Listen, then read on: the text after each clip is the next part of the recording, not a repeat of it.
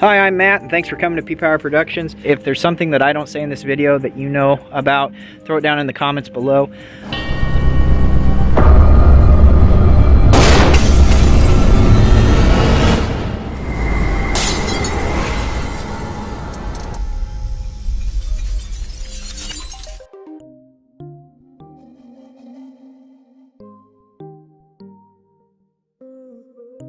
Anyways, I thought we would talk about some history and the reasons why I believe 40 cal is still a great round, and also maybe some reasons why people think 40 cal is not the greatest. So let me know down in the comments below if you own a 40 cal handgun. Just to give you a little history on the 40 cal, back in the late 70s, early 80s, there was a shootout in Miami by some men called the G-Men. They were FBI, I believe. They were higher up, and they used 38 special revolvers. 38 special revolvers were slow to reload and also had a limited capacity of 6 rounds. 9mm semi-automatic handguns were a lot faster, could hold more rounds, and could be reloaded a lot easier. So the G-Men tried their best with what they had, but ultimately, I believe 2 to 3 G-Men were injured or wounded, and I'm not sure if there was a fatality. This is why the G-Men, or the FBI, decided to not go with 38 Special anymore. The 9mm's been around for a long time. It was made by George Luger. It was one of the best handguns, 9mm, that actually functioned well. There was others, but it was the one prototype or the one handgun that worked really well. Because of this handgun, this is why we have the 9mm that we know today. There's many, like 357 SIG, 380 Auto, 9mm, 9mm Makarov. There's quite a few out there that are actually modeled after the 9mm Luger. So the FBI studied 9mm, did some testing, and found out that the 9mm was a great handgun, but it just didn't have the penetration at the time. Because at that time, velocities and grains and things of that nature were kind of under the microscope. It's not like 9mm to them wasn't that great. It's just that they had done testing and found out that it would take 3 rounds of any round, especially a 45 ACP, to incapacitate a threat. They also checked out 10mm, and by they, I mean this guy, the head of the FBI.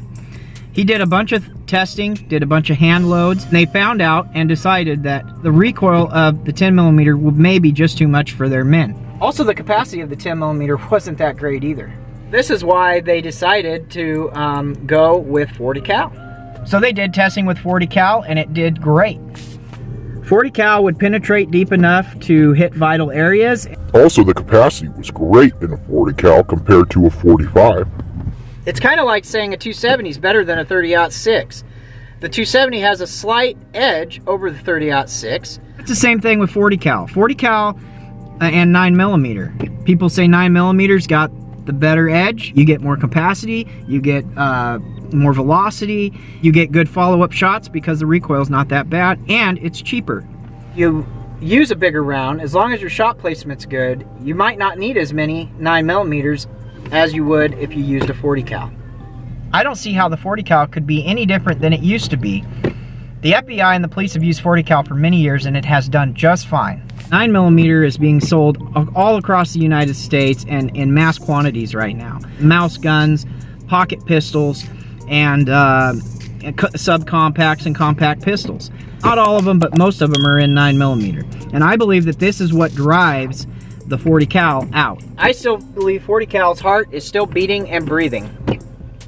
I think that 40 cal is a great choice. I think there's many 40 cal lovers out there and users, and we would be fools to get rid of the round. I guess what I'm trying to say here is that 40 cal isn't that bad. If you actually look at the data, you will see that 9mm doesn't have that big of an edge. Now, this is my opinion to my research that I have done, and you may disagree with me, and that's okay. I want to hear what you guys think about this topic, and let me know your thoughts on, should we get rid of 40 cal or should 40 cal still be made and put on the shelves? I hope this video was entertaining for you guys and educational as well. I've been doing this thing at the end of my videos where I give a positive quote or give you something to do that's positive towards others. I believe that this is important because I believe we live in a world today that's all about ourselves. We need to reach out our arms, and as Jesus said, we need to love our neighbor. Here's your positivity for today. And if you see somebody that's in need, just help them. Whether that be shoveling their driveway, whether that be giving them a couple bucks for a burger, whether that be putting a smile on their face. You don't always have to give money to be in somebody's good graces. Sometimes a conversation or even just a smile can help somebody out. Remember, we all go through hard times, and remember your hardest time you've ever had and think, what if this person here is going through one harder?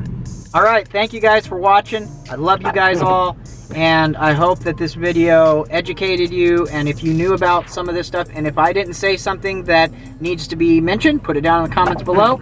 You know the thing, P-Power, we love ya!